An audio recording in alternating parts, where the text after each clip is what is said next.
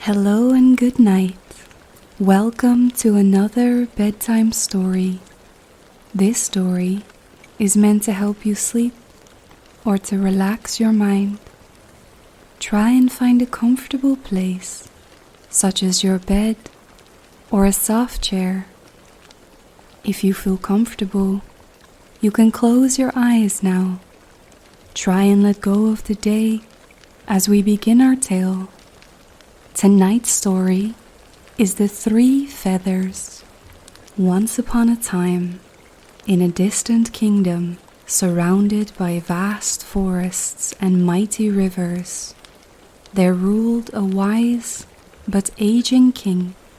He had 3 sons, each different in temperament. The eldest, Prince Hendrik, was strong and proud, known for his skill in battle and commanding presence. The second, Prince Gerard, was cunning and ambitious, always scheming to rise above his brothers. The youngest, Prince David, was quiet and thoughtful, often lost in his own world, speaking very little. For this, his brothers mocked him, calling him a fool. As the king neared the end of his days, he knew he had to decide who would inherit the throne. But he could not simply choose by birthright.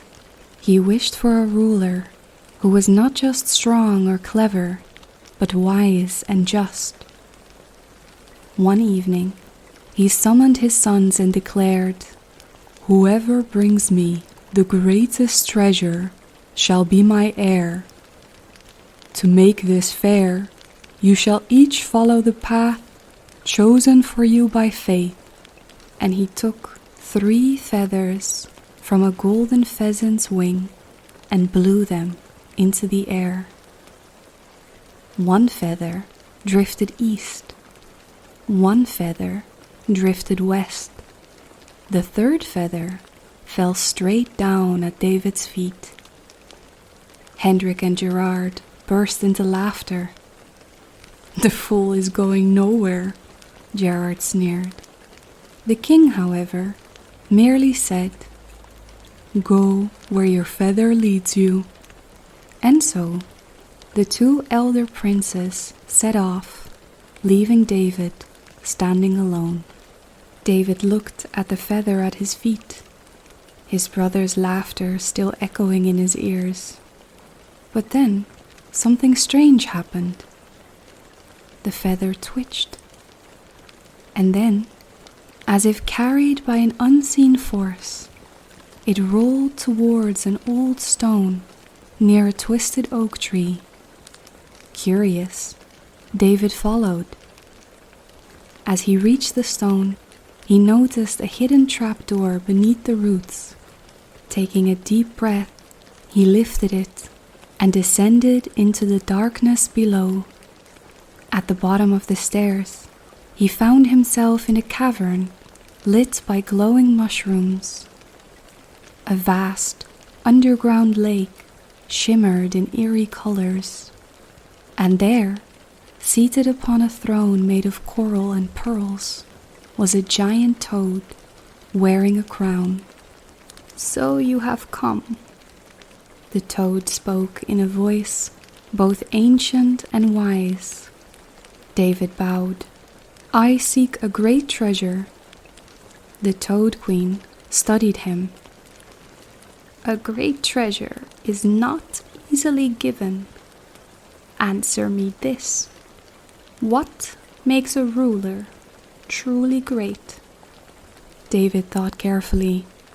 His brothers would say power or cunning, but he knew that was not enough. A great ruler is one who listens, who understands, and who leads with justice, not just strength. The Toad Queen's golden eyes gleamed. "You have answered well.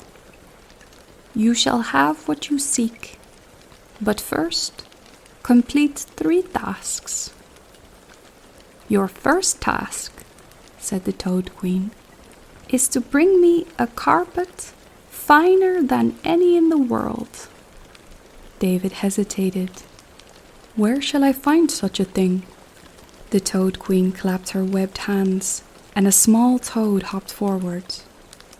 Follow him. The tiny creature hopped into the shadows, and David followed. Soon, they entered a chamber lined with silk and gold. Upon a pedestal lay a carpet woven with golden threads, its patterns shifting like flowing water.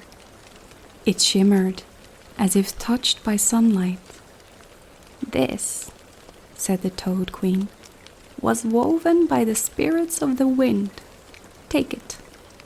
David took the carpet and ascended back to the surface. Meanwhile, his brothers had no such fortune. Hendrik, believing strength mattered most, had taken a rough wool rug from a warrior's tent. Gerard, hoping to deceive the king, had purchased a carpet from merchants, claiming it was from the east. When David presented the golden carpet, the king marveled. This is truly a king's treasure, he said. Hendrik and Gerard gritted their teeth, but said nothing. The king then set the second challenge. Bring me a ring of untold power and beauty. Again, David followed his feather, which led him back to the hidden door and down into the Toad Queen's cavern. She greeted him with a knowing smile. Are you ready for the second task? Yes, David replied. Then take this.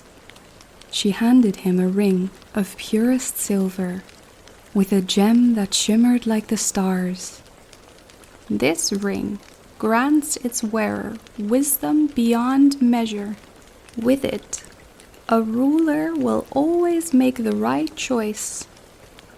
David bowed and returned to his father's court. Hendrik and Gerard, desperate to outdo him, stole rings from merchants and noblemen, but when compared to David's otherworldly ring, they looked like mere trinkets. The king was now deeply impressed.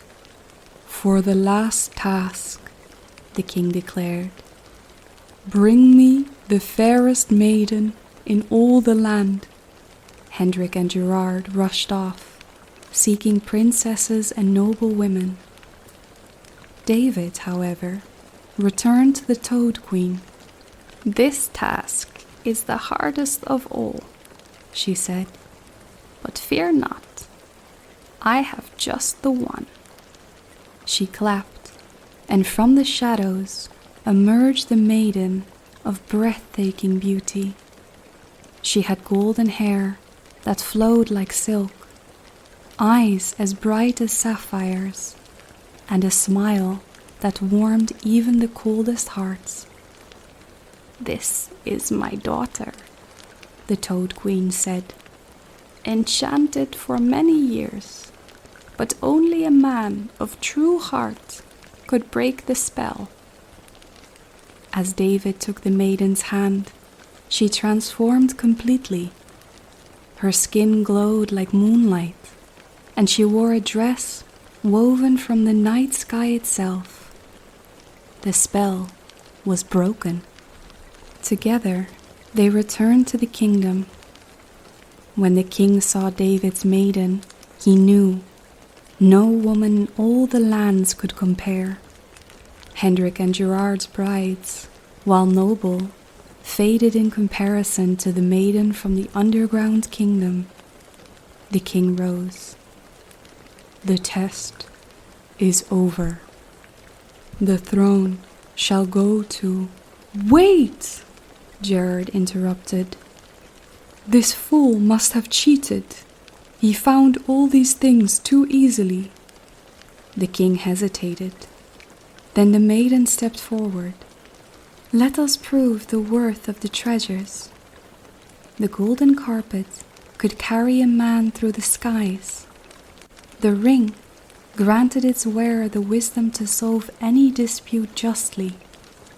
And I am more than a prize. I carry the magic of a lost kingdom.